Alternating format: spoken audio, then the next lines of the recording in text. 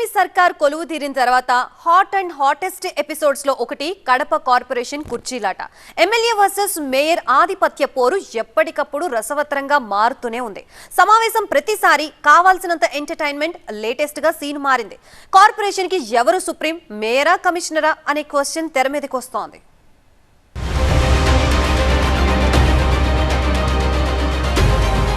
మొన్నటి వరకు MLA versus mayor, ఇప్పుడు మేయర్ వర్సెస్ కమిషనర్. ఖాళీ కుర్చీలు, గోడకు నోటీసులు.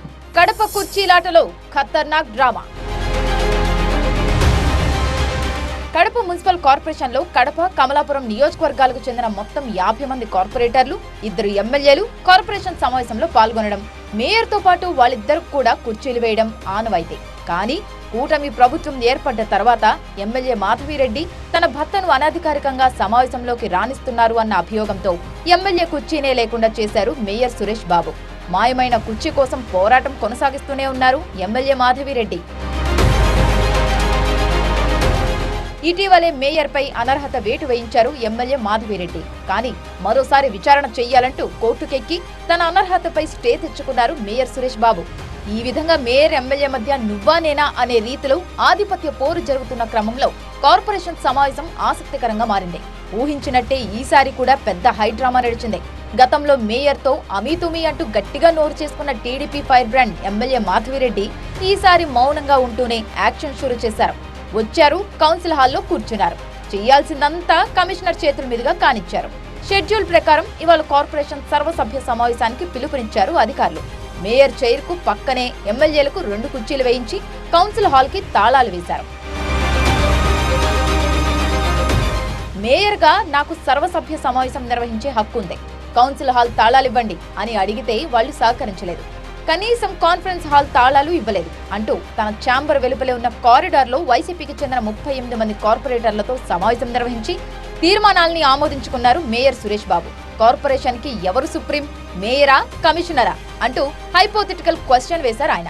ఈరోజు కమిషనర్ నేను మీటింగ్ తెచ్చిన మేయర్ గారిని అక్కడ కూర్చుంటే ఆ పరిస్థితి ఏంటంటే అధికారులు ఎంత నియంత్రణ వేధిస్తున్నారు మీరు ఒకటి గమనించారు.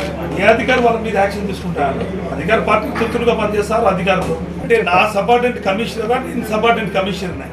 మేయర్ వచ్చి కమిషన్ సబార్డినేటా? మేయర్ సుప్రీమా కార్పొరేషన్ కి అటెండరా? నేను ఇక్కడ కూర్చోండాను, మీటింగ్ ఎక్కడ కండక్ట్ చేయాల్సింది నేను, అధికారులు డిసైడ్ చేసి నేను అక్కడికి పోవాలంట. అంటే ఏ విధంగా అధికారులు నియంత్రణగా వ్యవహరిస్తారో చూడండి. మీకు మీరే సమావేశాలు నిర్వహించుకుంటే ఎలా? మాకు 7 రోజుల ముందే చెప్పాలి అంటూ మున్సిపల్ అధికారులు మేయర్ ఛాంబర్ ముందు నోటీసులు అంటించారు. రూల్స్ ని తుంగల తొక్కి సభ నిర్వహించుకుంటారా అని కమిషనర్, మేం కరెక్ట్ గానే ఉన్నాం, మీరే రూల్ బుక్ చదువుకోండి అని మేయర్. ఇద్దరి మధ్య ఓపెన్ వార్ ఆసక్తికరంగా మారింది. సాయంత్రం 5 తర్వాత మీడియా ముందుకొచ్చి తనదైన క్లారిటీ ఇచ్చారు ఎమ్మెల్యే. కార్పొరేషన్కి రావడం జరిగింది. మాకు ఎక్కడ స్థలం కేటాయించారో మా పేరు ఎక్కడుందో అక్కడ కూర్చోవడం జరిగింది. మార్నింగ్ 11 గంటల నుంచి 5 గంటల వరకు కూర్చోవడం జరిగింది. మరి మీటింగ్ జరగలేదు, మీటింగు జరపాల్సిన వ్యక్తి రాలేదు, వాళ్ళకి ప్రజా సమస్యల గురించి, అభివృద్ధి గురించి ఆసక్తి లేదు. కానీ కడప నియోజకవర్గ ఎమ్మెల్యేగా అనునిత్యం ప్రజా సమస్యల కోసం పోరాడుతాము, కడప అభివృద్ధి కోసము పనిచేస్తామని ఈ సందర్భంగా తెలియజేస్తున్నాను.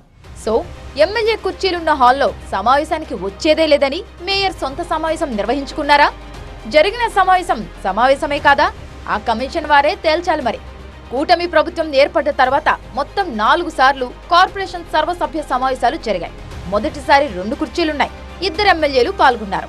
2-3 సార్లు కుర్చీల కోసం రచ్చ జరిగింది. ఇప్పుడు 4వ సారి కూడా కుర్చీ కోసం కుస్తీ సీన్లే కనిపించాయి.